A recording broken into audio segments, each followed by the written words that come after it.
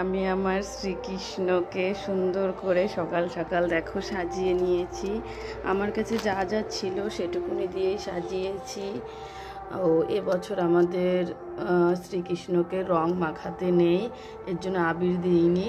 তো আমি আলপনা দিয়ে ফুল দিয়ে তাকে সাজিয়ে নিয়েছি।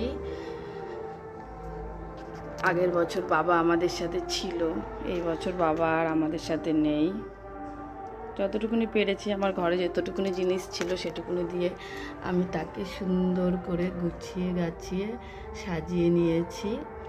আর তার সাথে এনারা সবাই আছে আমার ঘর জুড়ে, তাদেরকেও সুন্দর করে গুছিয়ে সাজিয়ে নিয়েছি। দেখো, আজকে হোলির দিনে প্রতিটা জায়গায় জায়গায় শ্রীকৃষ্ণর নাম ধ্যান, শ্রীকৃষ্ণর গান প্রতিটা জায়গায় হতে আছে। আমরাও নিজের ঘরে শ্রীকৃষ্ণকে